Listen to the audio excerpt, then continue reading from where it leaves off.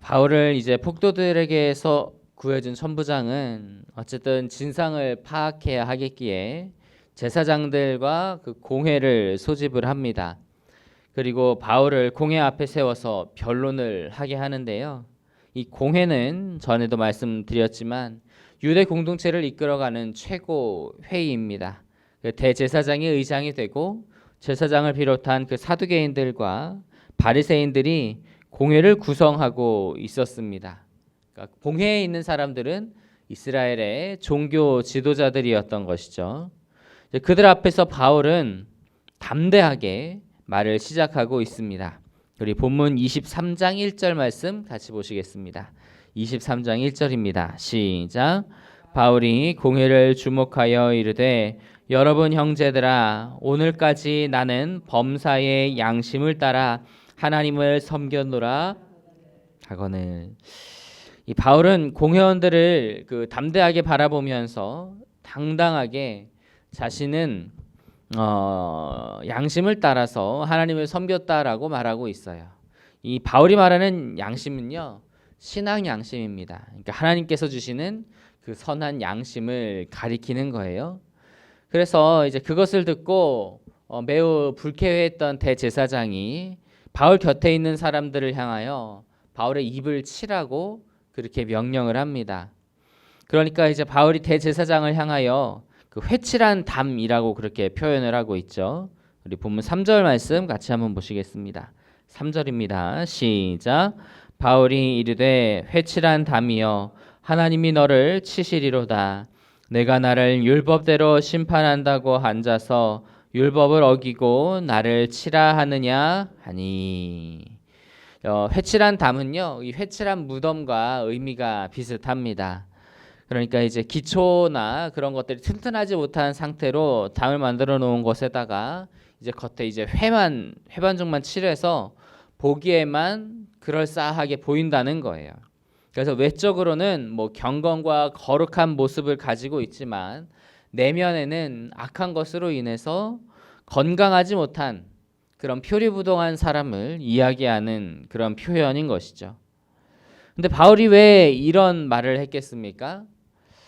이방 나라 로마도 그 죄를 정하지 않고서는 결박하거나 때리지 않는데 하나님의 백성이라는 사람들이 하나님의 법을 무시하고 사람을 핍박하는 그런 표리부동한 모습을 보이기 때문에 이런 말을 한 겁니다.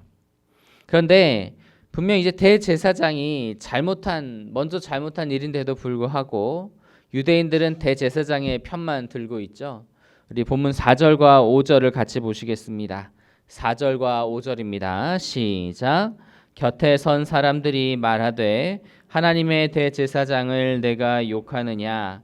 바울이 이르되 형제들아 나는 그가 대제사장인 줄 알지 못하였노라. 기록하였으되 너희의 백성의 관리를 비방하지 말라 하였느니라 하더라. 대제사장은 자기 잘못을 인정한다는 말이 어디에도 없습니다. 인정하지 않았다는 것이겠죠. 그런데 이제 바울 곁에 있는 사람들도 대제사장의 편만 들고 있어요. 반면에 바울은 어떻게 반응합니까? 대제사장에게 하지 못할 말을 했다는 그런 지적에 백성의 관리를 비방하지 말라라고 하는 하나님의 말씀을 언급하면서 자기가 실수했다고 그렇게 말을 하고 있습니다. 여기에서 우리는 바울의 그런 성숙한 모습, 또 그거와는 반면에 이제 반대되는 대제사장 아나니아의 그 성숙하지 못한 인격을 보게 되죠. 이제 그는 그런 성숙하지 못한 그런 모습 때문에 바울의 예언처럼 주후 66년 민중 봉기가 일어나서 이제 유다가 로마로부터 독립 전쟁을 시작하게 되는데요. 그때 백성들에게 붙잡혀서 죽임을 당하게 됩니다. 그가 이제 여러 가지로 문제가 많은 사람이었어요. 자기의 특권을 가지고 백성들의 것들을 탈취하고 자기만 호의호식했던 그런 대표적인 사람 중에 한 명이었거든요. 그래서 만약 그가 그동안에도 자기를 향하여 그런 잘못했다라고 하는 당신이 고쳐야 된다라고 하는 말을 들었을 때에 그런 것들을 인정할 줄 알고 또 법에 근거하여 그런 것들을 잘 고치고 또 인자한 모습으로 백성들을 이끌었다면 그가 그런 비참한 최후를 맞이했겠습니까? 우리는 나 자신의 잘못을 인정하고 그것에서부터 돌이킬 수 있어야 합니다. 그것이 성숙한 사람의 모습인 것입니다. 우리가 감정적으로만 반응을 하면 나에게 잘못이 있다고 하더라도 그 이유를 어떻게든 찾아내면서 합리화하게 되는데 그거는 결국 자신의 그러한 부족한 인격을 드러내는 것일 뿐입니다. 그리고 자기의 부족함을 돌이키지 않아서 또 좋지 못한 그러한 결과를 맞이하게 되기도 하는 것이죠. 그러니 우리는 나의 잘못이나 실수를 겸허하게 받아들이고 돌이킬 수 있는 그러한 우리들이 되어야 할 것으로 압니다. 그래서 우리가 우리의 인격이 주님 안에서 주님의 뜻대로 더더욱 성장하고 주님을 닮아 더욱 성숙하여 아름답게 더더욱 이렇게 성장하여 가기를 간절히 소망합니다. 이제 공회 앞에서 변론하게 된 바울은요, 이제 공회 안에서 사두개인과 바리새인이 함께 있다라고 하는 것을 알고 있었어요.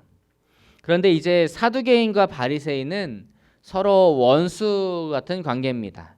예수님을 이제 공격할 때는 그들이 뭐 힘을 잠깐 합했는지 모르지만 그들은 원래 이렇게 원수 같은 관계예요. 성경에 대해서 해석도 다르고 성경을 무엇을 이제 정경으로 인정하는지도 다르고 그에 따른 그런 사상이나 행실도 다르고 다 다릅니다. 그래서 바울은 이제 그들 가운데서 해결되지 않은 문제를 짚어가지고 잠깐 언급을 하고 있어요. 우리 본문 6절부터 8절까지 한번 보실까요? 6절부터 8절까지의 말씀입니다. 시작. 바울이 그중 일부는 사두개인이요 다른 일부는 바리새인인 줄 알고 공회에서 외쳐 이르되 여러분 형제들아 나는 바리새인이요 또 바리새인의 아들이라 죽은 자의 소망 곧 부활로 말미암아 내가 신문을 받노라. 그 말을 한즉 바리새인과 사두개인 사이에 다툼이 생겨 무리가 나누어지니 이는 사두개인은 부활도 없고 천사도 없고 영도 없다 하고 바리새인은 다 있다 함이라. 그러니까 바울은 자기가 바리새인을 밝히면서 자기가 부활로 말미암아 신문을 받는다고 그렇게 이야기를 하고 있어요. 그런데 이제 자기를 고발한 그 사두개인들은 부활을 믿지 않아요. 그리고 또 영적인 존재에 대해서도 믿지를 않습니다. 그러다 보니까 이제 바울이 자기의 이야기를 막 간증같이 했던 것들을 믿을 수가 없었고 받아들이지를 않았던 거예요. 그런데 반면에 바리새인은 부활을 믿는 사람들이에요. 영적인 존재도 믿는 사람들이거든요. 그래서 그들 사이에 순식간에 신학적인 논쟁이 생겨서 다툼이 일어나게 되었고요. 공회는 아수라장이 되었습니다. 우리 본문 9절부터 10절까지 보겠습니다. 9절과 10절 시작. 크게 떠들새 바리새인 편에서 몇 서기관이 일어나 다투어 이르되 우리가 이 사람을 보니 악한 것이 없도다. 혹 영이나 혹 천사가 그에게 말하였으면 어찌하겠느냐 하여 큰 분쟁이 생기니 천부장은 바울이 그들에게 찢어질까 하여 군인을 명하여 내려가 무리 가운데서 빼앗아 가지고 영내로 들어가라 하니라. 그래서 이제 사두개인들은 바울을 정죄하여 고발했지만 바리새인들은 바울의 무죄를 이야기까지 했습니다. 그들 가운데 그 신학적인 논쟁은 사실 바울 때에 일어난 게 아니라 이전부터 계속해서 그들 사이에 있어 왔던 거예요. 그래서 그들이 얼마나 흥분을 했는지 이제 공회라고 하는 것은 그 공회원들이 뭐 극장 같은 그런 경사진 곳에 다 앉아 있고 그리고 그 가운데에서 바울이 이야기를 하는 형태인데 근데 말씀 가운데 보니까 바울이 무리 가운데 둘러싸여서 천부장이 그가 찢길까 두려워할 정도로 했어요. 그러니까 다 몰려와 가지고 막 서로 고성을 지르면서 이렇게 싸웠다라고 하는 그런 매우 흥분한 상태를 우리가 볼 수가 있습니다. 자, 어쨌든 이제 아무런 성과가 없으니까 천부장은 얼른 바울을 데리고 이제 영내로 되돌아갑니다.